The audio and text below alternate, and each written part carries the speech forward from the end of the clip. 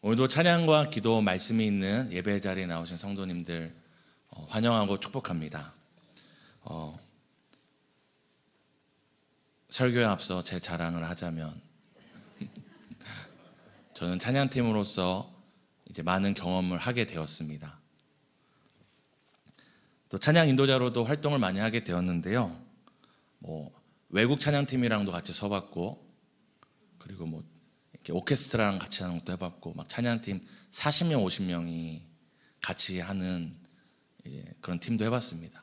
성도님들 표정이 너 참 잘났다 이런 표정이신데요. 이제 그런 경험들을 하면서 이제 찬양팀 안에 들어오고 싶어 하시는 분들이 계시잖아요. 내 찬양팀으로 섬기고 싶다. 그리고 이제 단순히 교회에서 섬기는 것이 아니라 아주 오랫동안 이 찬양팀을 세워가고 싶다, 이렇게 자원하시는 분들이 오시는데요. 이제 그런 분들을 이제 다 받을 수는 없고 선별을 해야 되잖아요. 어떤 분들은 이제 말을 들어보면 막 이분과 찬양팀을 하면 정말 세상이 바뀔 것 같아요. 막 얘기하시는 거 보면은 이분은 한 광야에서 불을 막 내리게 했던 분인 것 같아요. 얘기를 들어보면. 그렇기 때문에 선별을 해야 됩니다.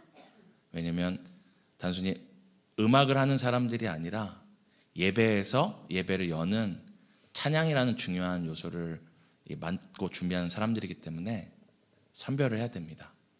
그럼 제가 이렇게 자원하는 분들을 선별할 때 가장 중요하게 보는 것이 무엇일까요? 외모일까요? 아니면 경력? 아니면 제가 이게 얼마나 많은 찬양을 알고 있는지 제가 퀴즈를 낼까요?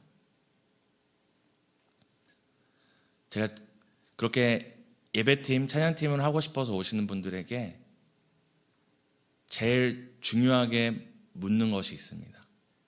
그래서 하루에 성경은 얼마나 읽으세요? 하루를 시작할 때 하나님의 말씀으로 시작하시나요? 한 주간 살아갈 때 하나님의 말씀을 보고 듣고 붙잡고자 얼마나 많은 시간들을 그곳에 할애하고 있습니까? 물어봅니다. 경력도 중요하고 경험도 중요하고 음악적인 소양도 중요하겠지만 예배란, 찬양팀이란 하나님을 사랑하는 사람들이 서야 되는 것이거든요. 그저 음악을 잘하고 어떤 기술이 뛰어난 사람 이전에 정말로 하나님을 사랑하고 하나님을 더 알아가기 원하고 하나님을 간절히 사모하는 사람이 그 예배를 섬기고 예배 가운데 함께할 때 그 예배에 주시는 은혜들이 다른 것을 많이 느꼈습니다.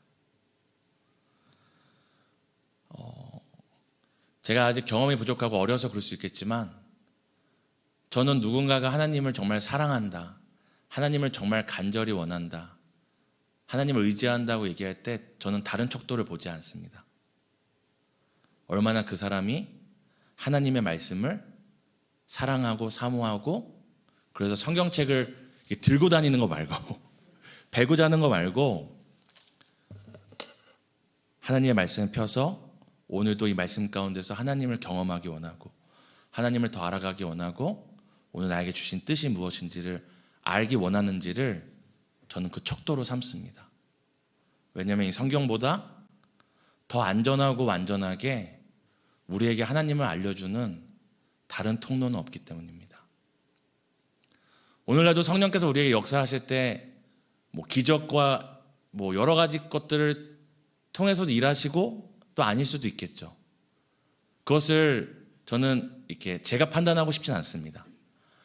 하지만 제가 갖고 있는 가장 큰 확신은 오늘날도 우리가 하나님을 더 알아가고 하나님을 더 사랑하고 더 의지할 수 있는 가장 안전하고 완전한 통로는 하나님의 말씀인 성경임을 저는 확신합니다.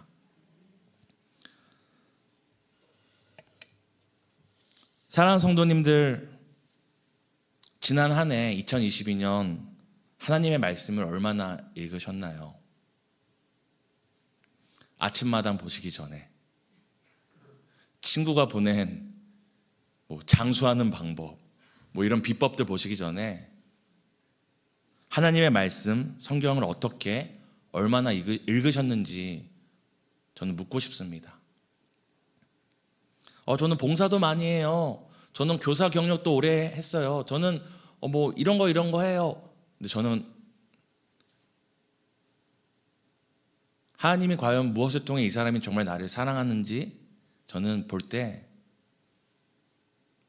하나님의 뜻대로 행하는 자라야 하나님을 사랑하는 자.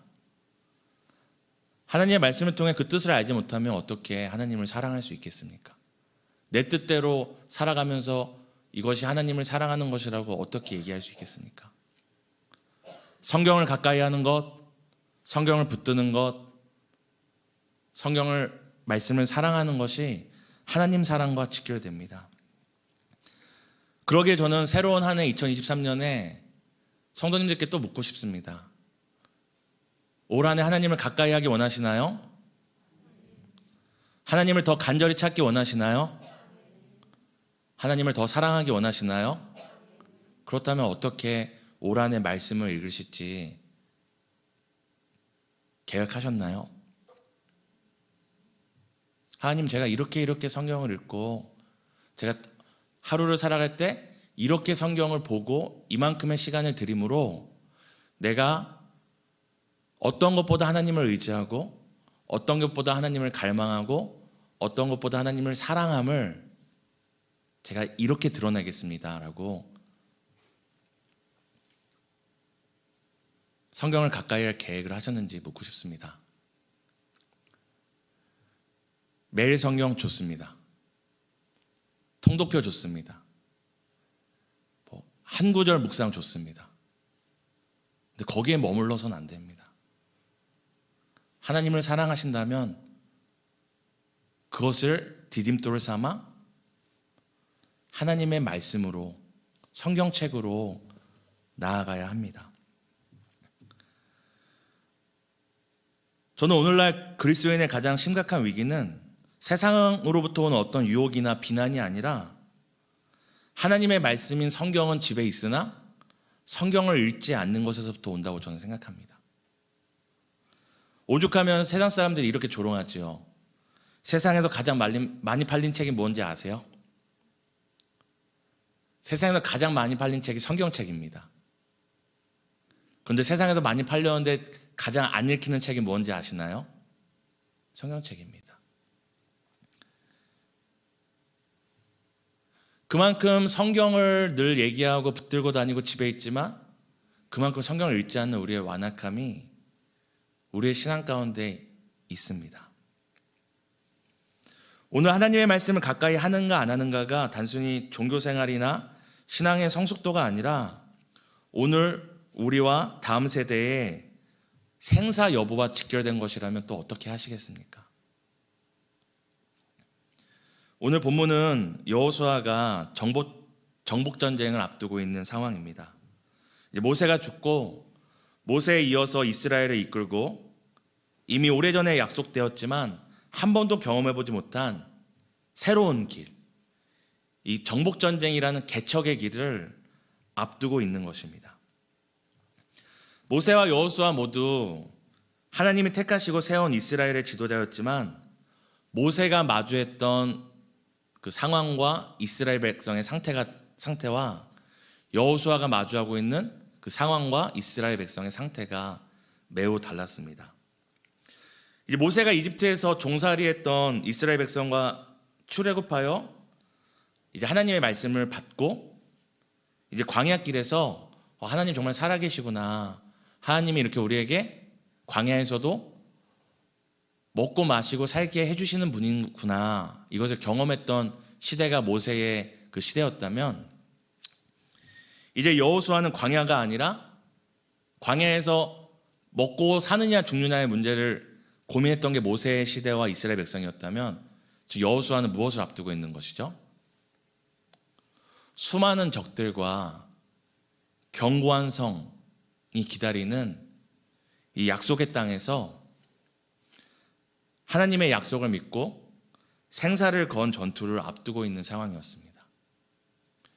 모세와 이스라엘 백성이 광야에서 먹고 사냐, 생사 여부에 먹고 사느냐 죽느냐가 주안점이었다면 이제 여호수아와 그 백성들은, 출애굽 2세대는 하나님의 말씀을 붙잡고 이 전쟁을 해야 되는데, 이 전쟁에서 과연 살아남느냐 죽느냐의 문제를 마주하고 있는 상황이었습니다. 다른 말로 말씀드리면, 광야에서 이스라엘 백성이 마실 물과 먹을 양식이 없어서 죽을 것을 염려했다면, 오늘 여호수아와 그 백성들은 무엇을 염려해야 됩니까? 하나님 말씀대로 이 전쟁하면 살긴 사는 거야?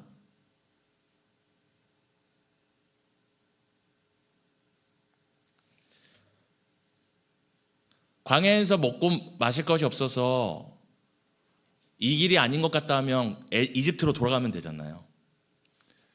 근데 하나님 말씀 듣고 수많은 적들과 견고한 성에 문을 두드렸는데,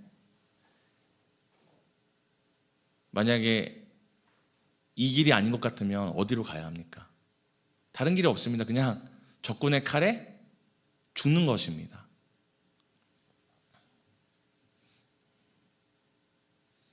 광야에서 먹을 것이 없으면 먹을 것을 구하면 됩니다. 먹을 것이 있는 곳을 찾아가면 됩니다.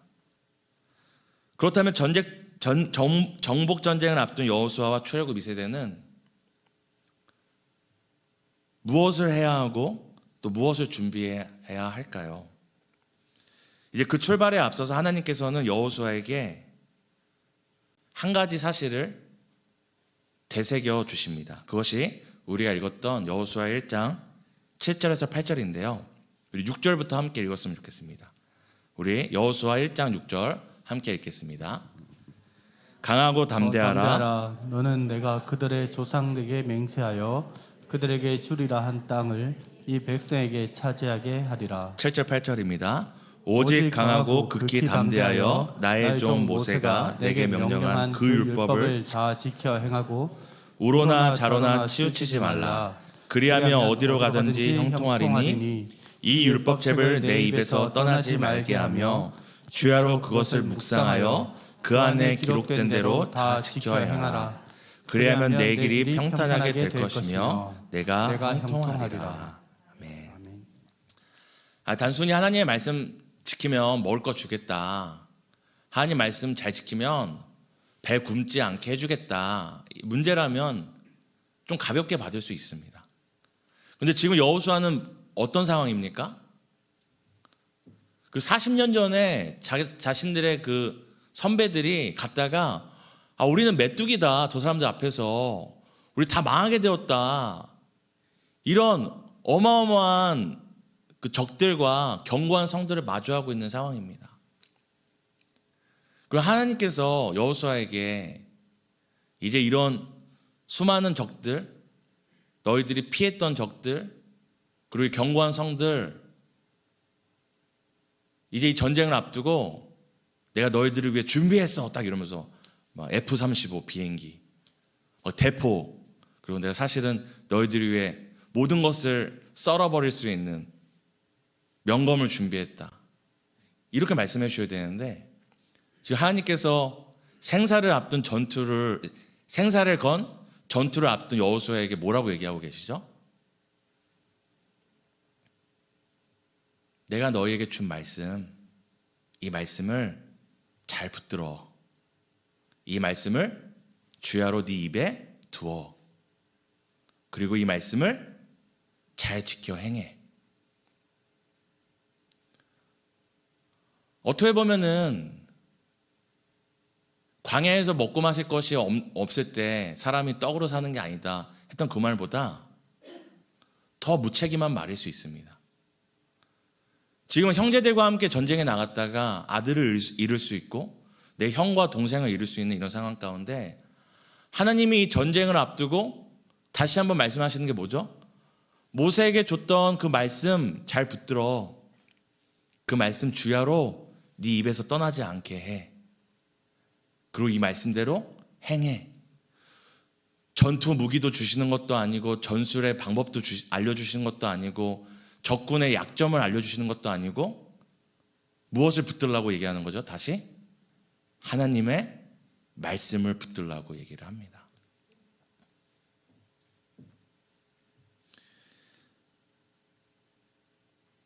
하나님께서는 이 말씀을 지켜 행하며 우로나 좌우로나 치우치지 말고 이 말씀을 가까이 하고 깊이 묵상하고 지켜 행하라. 순종하는 것이 이 전복이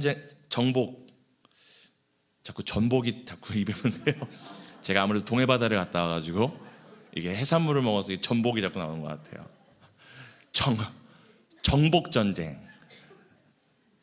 전복전쟁이 아니라 정복전쟁. 정복전쟁을 앞서 준비해야 할 것인데 그것은 다시금 하나님 말씀을 붙잡는 것이다. 이것이 승리의 방법이다라고 얘기를 합니다. 그리고 하나님께서 여호수아에게 이 전쟁에서 준비해야 될 것, 승리의 비결을 알려주시고 실습을 행하시죠. 어디서 실습을 행하시죠? 바로 여리고성에서 실습을 행하십니다. 우리 함께 여호수아 6장 15절에서 16절, 6장 20절에서 21절을 함께 읽으면 좋겠습니다. 함께 읽겠습니다. 시작.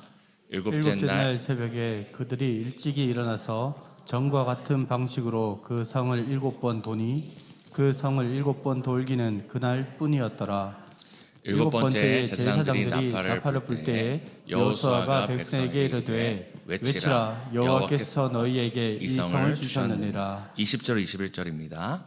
이에 백성은 외치고 제사장들은 나팔을 불매 백성이 나팔 소리를 들을 때에 크게 소리질러 외치니 성벽이 무너져 내린지라. 백성이 각기 앞으로 나아가 그 성에 들어가서 그 성을 점령하고 그 성 안에 있는 모든 것을 온전히 바치되 남녀노소와 소와 양과 나귀를 칼날로 멸하니라. 하나님께서 이 말씀이 승리의 비결이다, 이 정복전쟁의 전술이다라고 알려주신 다음에 이것이 진짜임을 어떻게 경험케 하십니까? 여리고성 첫 번째 전투에서 전술이나 어떤 무기가 아니라 이스라엘 백성이 무엇을 하죠? 그 말씀에 순종해서 가장 미련한 방법, 그 성벽을 빙글빙글 도는 겁니다. 거기서 누가 활 쏘면 그냥 맞아 죽는 거죠. 그렇죠? 근데 가장 미련한 방법이었지만 하나님의 말씀대로 성벽을 돌자 그 말씀과 약속대로 성벽이 무너져 내립니다. 어쩌면 전술적으로 전술 무기로서 가장 미련한 방법, 빙글빙글 도는 것밖에 안 했는데 그 견고했던 여리고성이 무너지죠. 그것이 무엇을 의미합니까? 이 정복전쟁은 전술이나 무기가 아니라 하나님의 말씀이 얼마나 확실하고 여전히 살아 운동력이 있어서 좌우에 있는 어떤 칼과 권보다 더 강력하고 모든 견고한 진을 파할 수 있는 능력이 되는지를 보여주는 전쟁이었습니다. 단순히 하나님께서 이 말씀이 전술이고 이 말씀이 전투무기다 말씀하신 것뿐만 아니라 이 여리고성을 통해서 보여주신 것이에요. 근데 그 다음에 있었던 아이성 전투에서 어떻게 됐죠? 이스라엘 백성이 승리하니까 야, 이번에는 우리가 이기겠다고 자신들의 전술과 전투 무기를 들고 나갔다가 져버리죠. 아간의 범죄 여러 가지 사건이 있지만 그 안의 핵심은 하나입니다. 하나님의 말씀을 의지하여 나간 것이 아니라 자신들의 방법과 자신들의 뜻을 따라 행동했던 것입니다. 그리고 여호수아가 이제 이 수많은 전쟁을 한 다음에 마지막에 죽을 때에 이런 얘기를 합니다. 우리 여호수아 유언입니다. 여호수아 24장 14절에서 15절을 함께 읽었으면 좋겠습니다. 여호수아 24장 14절에서 20절 함께 읽겠습니다. 시작. 그러므로 이제는 여호와를 경외하며 온전함과 진실함으로 그를 섬기라. 너희의 조상들이 강 저쪽과 애굽에서 섬기던 신들을 치워버리고 여호와만 섬기라. 만일 여호와를 섬기는 것이 너에게 좋지 않게 보이거든 너희 조상들이 강 저쪽에서 섬기던 신들이든지 또는 너희가 거주하는 땅에 있는 아모리 족속의 신들이든지 너희가 섬길 자를 오늘 택하라. 오직 나와 내 집은 여호와를 섬기겠노라 하니. 여호수아가 전복 전쟁을 앞두고 그리고 실제적으로 전투에서 하나님의 말씀이 능력 있구나 경험했던 그가 죽음을 앞두고 이제 그 자손들을 두고 가잖아요. 근데 이때 여호수아가 하는 유언이 무엇입니까? 라떼는 이렇게 했지만 너희 때는 시대가 바뀌었다. 전투 무기를 준비하고 주변 나라들과 동맹을 맺고 좀 시대의 흐름에 민첩하게 움직여라 하는 것이 아니라 너희들이 하나님을 의지할지, 섬긴다는 표현 하잖아요. serve라는 표현 쓰는데 하나님을 의지할지 세상의 것들을 의지할지 정하라고 얘기합니다. 여전히 정복전쟁이 끝나지 않은 상황이었음에도 여호수아가 그들에게 너희들이 남은 전투에서 승리의 비결은 하나님의 말씀과 하나님의 약속과 하나님을 의지하는 것이 여전히 너희들이 붙들고 갈아야 될 이 끝나지 않은 정복전쟁의 전술이고 전투 무기임을 얘기해 줍니다. 저희가 유언할 때 물론 저는 유언해 본 적은 없습니다. 근데 유언할 때 저희가 쓸데없는 소리 하지 않죠. 가장 중요하고 가장 내가 남은 자녀들에게 해주고 싶은 말을 하죠. 여호수아가 무슨 말을 하는 겁니까? 하나님을 의지해라. 그의 약속을 의지해라. 그의 말씀을 의지하고 살았더니 여기까지 우리를 인도하셨다라고 얘기합니다. 그런데 여호수아 다음 세대에 이런 기록이 있습니다. 우리 함께 사사기 2장 10절 함께 읽었으면 좋겠습니다. 사사기 2장 10절 함께 읽겠습니다. 시작. 그 세대의 사람도 다 그 조상들에게로 돌아갔고 그 후에 일어난 다른 세대는 여호와를 알지 못하며 여호와께서 이스라엘을 위하여 행하신 일도 알지 못하였더라. 다른 세대가 일어났는데요. 다른 세대가. 근데 이 세대의 특징이 뭐라고 얘기하죠? 알지 못했다라고 얘기합니다. 왜 이 여호수아에 이어서 이제 하나님의 백성으로 부름받았던 이스라엘 백성들을 성경은 다른 세대라고 표현하고 그들의 특징이 뭐라고 얘기하죠? 알지 못했다. 하나님을 알지 못했다. 라고 얘기합니다. 그럼 그 사이에 무엇을 놓쳤기에 분명히 여호수아도 죽기 전에 하나님만 섬겨라. 이 말씀 의지하고 살아가라. 이 말씀이 전술이고 전투 무기다 얘기했는데 왜 얼마 지나지 않아 다른 세대들은 하나님을 알지 못했다 얘기하게 됐을까요? 그 중간에 무엇을 잃어버린 것입니까? 하나님이 어떤 분이시고 하나님이 우리에게 어떤 일을 행하시고 어떤 약속을 우리에게 하셨는지를 기록한 하나님의 말씀이 사라진 것입니다. 유산이나 유업이나 어떤 삶의 지혜가 전달되지 않았기 때문에 그들이 하나님을 알지 못하는 다른 세대가 된 것이 아니라 오늘 여호수아가 정복전쟁에 앞두고 붙들었던 모세에게 줬던 그 말씀, 그리고 여호수아가 죽기 직전에 남은 자들에게 간곡히 부탁했던 그 하나님의 약속, 이것이 다음 세대에게 전해지지 않고 다음 세대에게 붙들려지지 않자 다음 세대가 어떤 세대가 된 겁니까? 하나님을 알지 못하는 다른 세대가 돼버린 것입니다. 그리고 그 사사기 기간 동안 이스라엘 자손들이 무엇을 경험하죠? 패배하고 정복당하고 종노릇하며 살아가게 됩니다.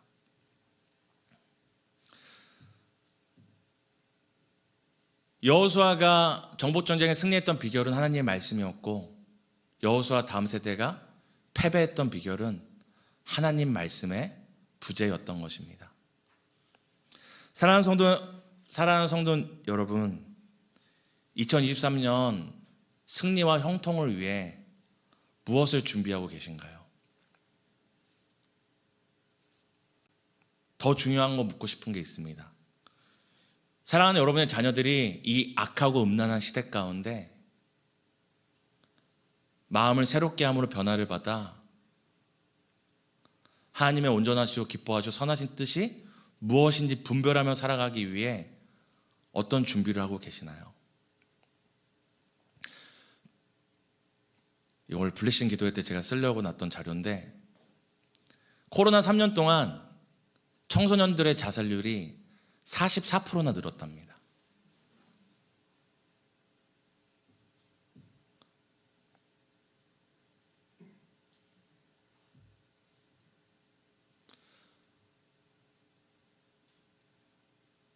사랑하는 성도님들의 삶, 그리고 그것보다 더 귀히 여기는 사랑하는 자녀들이 이 악하고 음란한 시대 가운데 정복당하지 않고 승리하기 위한 비결이 어디에 있다고 생각하시나요?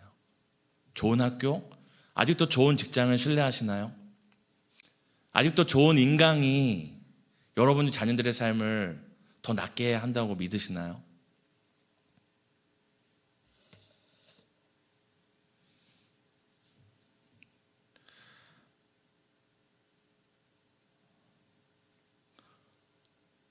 오늘 여호수아의 정복전쟁과 유언, 그리고 사사시대를 평가한 이 성경의 기록을 통해 다시 한번 우리가 2023년 붙들어야 할 것이 무엇인지를 기억했으면 좋겠습니다.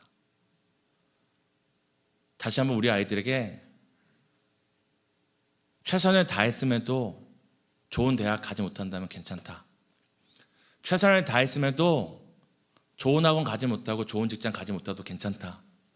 하지만 승리의 비결은 바로 이것이다 라고, 형통의 비결은 바로 이것이다 라고 오늘 여호수아의 유언과 같이, 여호수아의 그 경험과 같이 우리가 확신에 찬 목소리로 우리 아이들에게 들려줘야 할 것, 그것이 무엇일까요? 저는 다시 하나님의 말씀으로, 다시 하나님의 말씀 앞에 서야 한다는 것이 우리 아이들을 살리고 또 우리가 살고 우리 교회가 살 수 있는 유일한 승리의 비결이고 승리의 형통의 방도라고 믿습니다. 사랑하는 성도 여러분, 우리 모두는 한 번뿐인 인생을 살아갑니다. 두 번 사는 인생 사시는 분 없고, 모두 처음 사는 삶이고 처음 살아보는 하루입니다. 내일 어떤 일이 있을 줄 모릅니다. 그런 우리에게 성경은 승리할 수 있는 방법, 형통할 수 있는 방법이 있다고 얘기합니다. 하나님의 말씀을 붙들고 그 말씀을 의지하며 사는 것입니다. 우리 마지막으로 시편 1편 1절에서 3절을 함께 읽었으면 좋겠는데요. 함께 한 목소리 읽겠습니다. 복 있는 사람은 악인들의 꾀를 따르지 아니하며 죄인들의 길에 서지 아니하며 오만한 자들의 자리에 앉지 아니하고 오직 여호와의 율법을 즐거워하여 그의 율법을 주야로 묵상하는도다. 그는 시냇가에 심은 나무가 철을 따라 열매를 맺으며 그 잎사귀가 마르지 아니함 같으니 그가 하는 모든 일이 다 형통하리로다. 악하게 살아가고 악하게 이 땅에서 생존하는 법을 끊임없이 가르치는 시대 가운데 복 있는 사람으로 살아가고, 이 메마른 시대 가운데 마르지 않고 시절에 따라 열매 맺을 수 있는 방법은 딱 하나입니다. 주의 말씀 가운데 우리가 깊이 뿌리 내리고 주의 말씀으로 매일매일 매 순간순간 생명의 양식과 생수의 강물을 섭취하는 것입니다. 사랑하는 성도 여러분, 2023년에 우리 사랑하는 가정 안에 자녀들에게 다른 거 부족하고 다른 거 좀 실수해도 이 하나님 말씀 앞에 서는 것, 하나님의 말씀이 성경을 가까이 하는 것, 이 하나님의 말씀이 우리의 승리와 형통의 비결임을 단순히 먹고 사는 것의 문제가 아니라 죽고 사는 문제로서 좀 붙잡는 우리의 결연한 태도가 있었으면 좋겠습니다. 이 미쳐가 버리는 시대 가운데 어찌 주의 말씀을 보지 않고, 이 메말라가는 시대 가운데 어찌 주의 말씀을 보지 않고 하루하루 살 수 있습니까? 살아간다면 그건 우리가 그만큼 강해서가 아니라 이 미쳐버리고 메마른 시대 가운데 익숙해져 버렸기 때문입니다. 다시 한번 그 말씀을 붙잡고 이 말씀을 우리의 삶의 가장 우선순위로, 우선 가치로 두려는 그 마음을 가지고 우리 함께 찬양했으면 좋겠습니다.